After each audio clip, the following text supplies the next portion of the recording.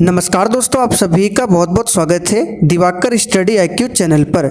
तो दोस्तों आज हम लोग रीजनिंग का प्रैक्टिस सेट नंबर 14 को सॉल्व करने वाले हैं, जो कि साथियों आने वाले सभी प्रतियोगी परीक्षाओं के लिए काफ़ी ज़्यादा इम्पोर्टेंट रहेगा।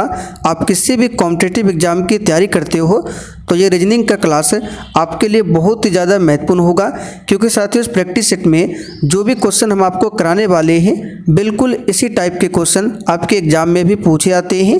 तो साथियों आप सभी सेशन को बिना स्किप किए लास्ट तक पूरा ध्यानपूर्वक देखिएगा।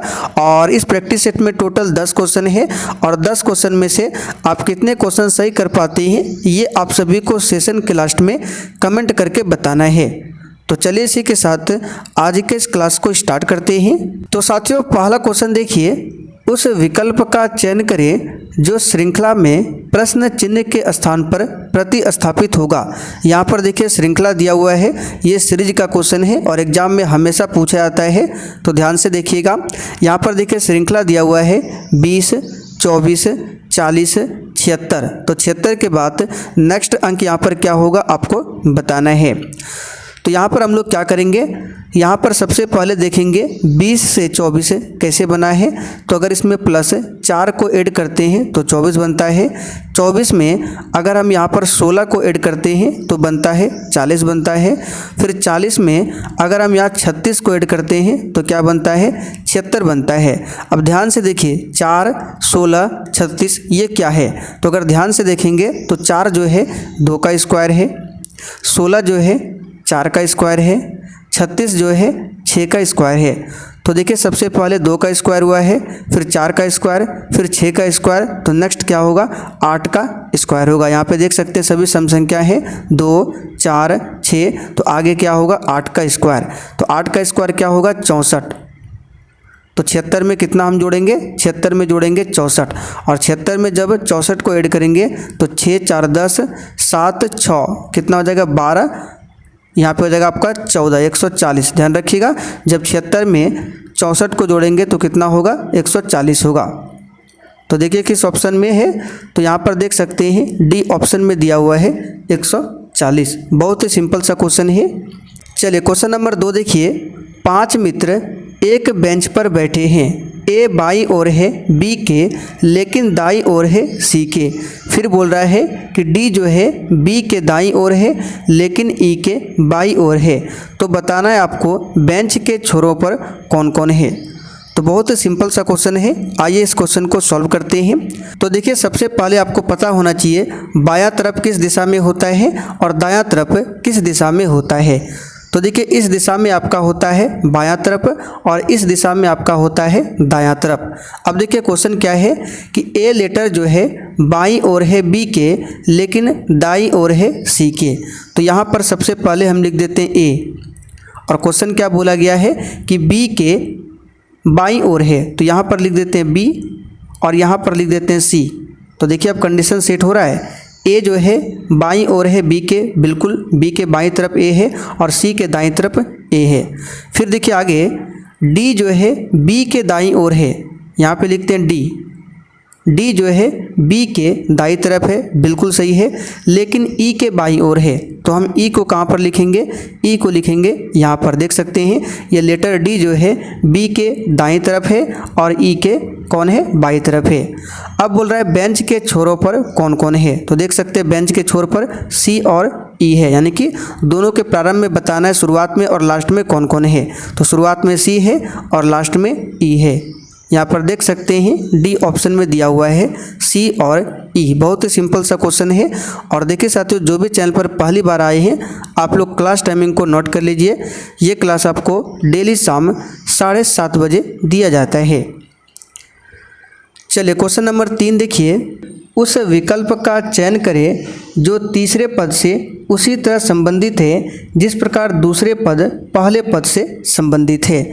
बहुत ही सिंपल सा क्वेश्चन है। इस टाइप के क्वेश्चन हमने आपको पहले भी बहुत कराया है, इसलिए आपसे बोलते हैं डेली क्लास अटेंड कीजिए, रीजनिंग का डेली प्रैक्टिस सेट लगाइए, तभी आपसे क्वेश्चन सॉल्व होगा। तो यहाँ पर देखिए जिस प्रकार GPLS से 54 बना है उसी प्रकार आपको यहाँ पर WGSK से बताना है क्या बनेगा। तो सबसे पहले यहाँ पे लिख लेते हैं GPLS, इससे क्या बना है 54 बना है। तो देखना पड़ेगा हमको 54 कैसे बना है। तो जी का पोजीशन कितना होता है ABCD में, तो 7वें स्थान पर जी आता है। पी कौन से नंबर पर आता है, तो पी जो है 16वें नंबर पर आता है। एल का पोजीशन 12 होता है, एस का पोजीशन 19 है। अब यहाँ पे क्या करेंगे, सभी को जोड़ दीजिए। तो जब सभी को जोड़ेंगे तो कितना हो जाएगा, 6 और 7, 713, 13 2 15, 15 5 20 4 24, ठीक है। 24 के 4 हाथ में रहा 1, 1 और 1 2, 1 3, 1 4 और यहाँ पे 5, ठीक है। तो हो जाएगा 54, ठीक है। तो ये पूरा जोड़ कितना हो जाएगा, 54 हो जाएगा, यानी कि सभी का पोजीशन लिखा गया है और फिर सबको जोड़ दिया गया है तो 54 बन रहा है। तो उसी प्रकार यहाँ पर हम लोग क्या करेंगे, WGSK का पोजीशन लिखेंगे। तो W का कितना होता है, तो W का होता है 23, यहाँ पे लिखते हैं 23 प्लस G का होता है 7, फिर S है, S का होता है 19, K का कितना होता है, K का 11, सबको जोड़ दीजिए। तो 9 और 1 10, 10 7 17, 17 3 कितना हो जाएगा 20, 20 के 0 हाथ में रहा 2, 2 1 3, 1 4 और 2 6, यानी कि 60 बन रहा है। तो यहाँ पर देख सकते हैं ऑप्शन ए में दिया हुआ है 60। ए ऑप्शन अगर आपका आंसर है तो बिल्कुल करेक्ट है 60। चलिए क्वेश्चन नंबर 4 देखिए, वेन डायग्राम का क्वेश्चन है। वेन आरेख का चयन करना है। यहाँ पे दिया हुआ है हार, कंगन और आभूषण। तो इसको कैसे सॉल्व करेंगे, तो हार, कंगन और आभूषण में देखना है इसमें क्या रिलेशन है। तो यहाँ पर देखिए, अगर आभूषण की बात करें तो आभूषण के अंदर में दोनों आ जाएगा, हार और कंगन। तो यहाँ पर क्या करेंगे, आभूषण के लिए एक बड़ा गोला बनाएंगे, ठीक है। और इसमें क्या आ जाएगा, हार भी आ जाएगा और कंगन भी आ जाएगा। अब हमको ये देखना है क्या हार और कंगन में कोई रिलेशन है, नहीं, इसमें कोई रिलेशन नहीं है। कंगन को हाथ में पहना जाता है, हार को गले में, तो ये दोनों अलग अलग हो जाएगा। आभूषण के अंदर दोनों आएंगे लेकिन दोनों अलग अलग। तो देखिए इस तरह का डायग्राम ऑप्शन ए में दिया हुआ है। सिंपल सा क्वेश्चन है, ये बार बार पूछा जाता है, ध्यान रखिएगा। चलिए क्वेश्चन नंबर 5 देखिए, निम्नलिखित श्रृंखला में प्रश्न चिन्ह के स्थान पर कौन सी संख्या आएगी। वेरी वेरी इंपॉर्टेंट क्वेश्चन है, ये क्वेश्चन भी बार बार पूछा जाता है। तो देखिए यहाँ पे श्रृंखला दिया हुआ है 16, 30, 62, 122, 246। तो यहाँ पर एक काम करते हैं, सबसे पहले इसको लिख लेते हैं। 16, 30, फिर क्या है 62 है, 122 है और फिर 246 है। तो यहाँ पर हमको देखना है कि 16 से 30 कैसे बना है। तो अगर 16 में अगर हम 2 से गुना कर दें तो ये होता है 32, और 32 में -2 कर दें तो बनता है 30। तो देखिए यहाँ पे 30 लिखा हुआ है। फिर अगर 30 में 2 से गुना करते हैं तो बनता है 60, और 60 में अगर +2 कर देते हैं तो ये बनता है 62। आगे देखते हैं, 62 को 2 से गुना करेंगे तो कितना हो जाएगा, तो इसको जब 2 से गुना करेंगे तो ये हो जाएगा 124, और 124 में फिर -2 करेंगे तो बन जाएगा 122। देखिए यहाँ पे लिखा हुआ है 122।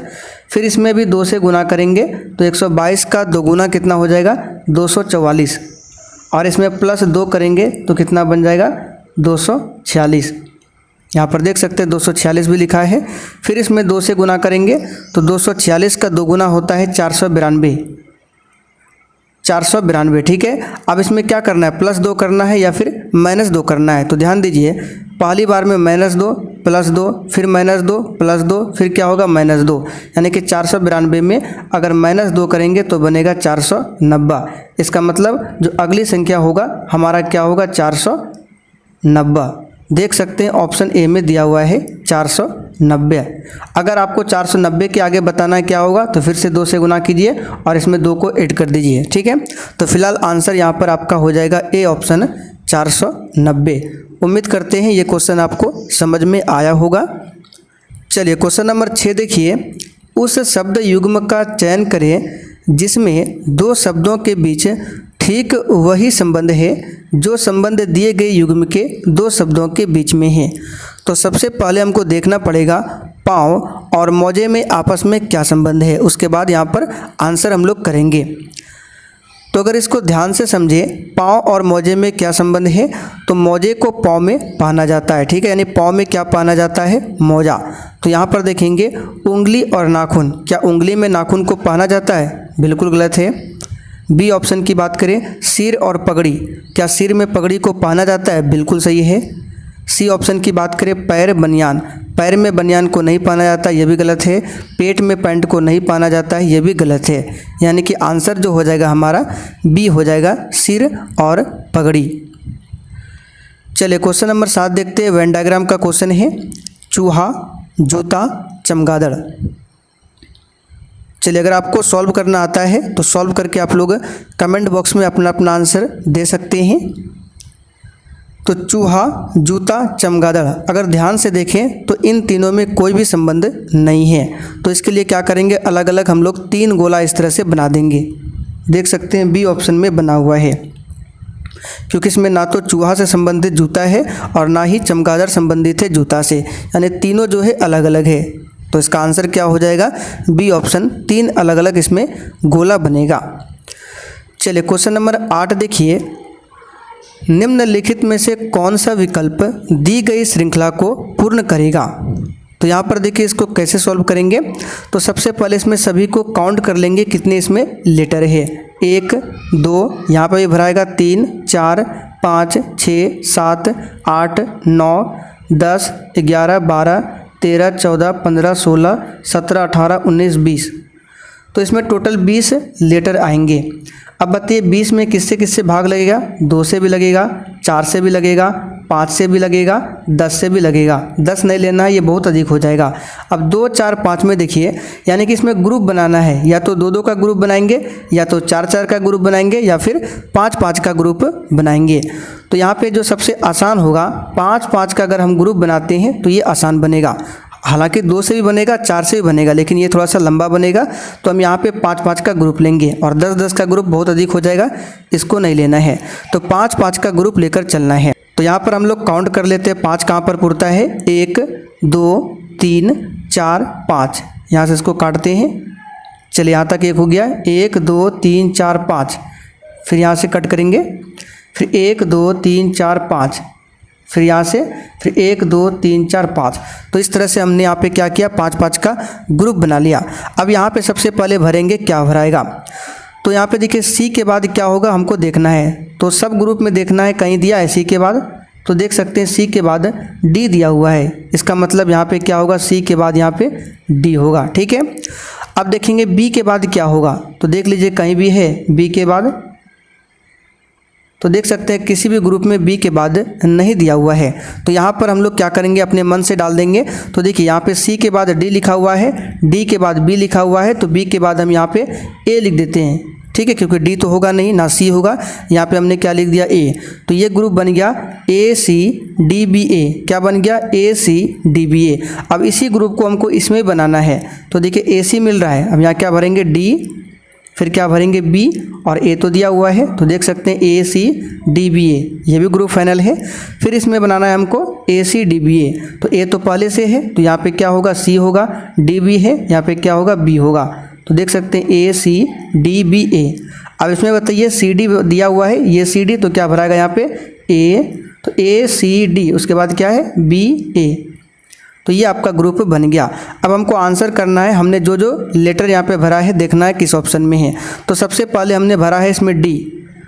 तो देखिए केवल एक ही ऑप्शन में सबसे पहले डी दिया हुआ है, इसका मतलब आंसर हमारा ए होगा। हालांकि हम सब आंसर को लिख देते हैं। हमने यहाँ पे भरा है डी, उसके बाद भरा है ए, फिर भरा है डी, फिर यहाँ पे B C B A B A.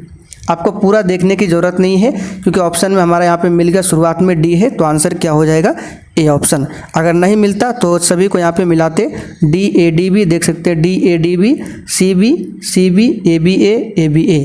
तो आंसर क्या हो जाएगा, ए ऑप्शन। चलिए उम्मीद करते हैं ये क्वेश्चन भी आपको समझ में आया होगा, और अगर समझ में ना आया हो तो आप लोग कमेंट करके हमें बता सकते हैं। क्वेश्चन नंबर 9 देखिए। निम्नलिखित प्रश्न में उस नंबर का चयन करें जिसे दिए गए विकल्पों में से प्रश्न चिन्ह के स्थान पर रखा जा सकता है। तो यहाँ पर बताना है कौन सी संख्या भरा जाएगा। तो सबसे पहले हम लोग देखेंगे 48 और 63 कैसे बना है। तो 7 और 6 और 3, अगर तीनों को आपस में गुना करते हैं तो 48 से ज़्यादा हो जाता है। अब क्या करेंगे, तीनों को ऐड कर देंगे। तो 7 और 6 13, 13 3 16, और 16 में अगर 3 से मल्टीप्लाई करते हैं तो ये बनता है 48। ठीक इसी प्रकार 4 और 9 13, 13 8 कितना हो जाएगा 21, और फिर 21 में अगर 3 से मल्टीप्लाई करते हैं तो ये बनता है 63। तो इसी प्रकार यहाँ पर भी देखेंगे 2 + 5 7 + 7 14, और 14 में 3 से मल्टीप्लाई करेंगे तो बन जाएगा 42, यानी कि आंसर हमारा क्या होगा 42, जो कि डी ऑप्शन में दिया हुआ है।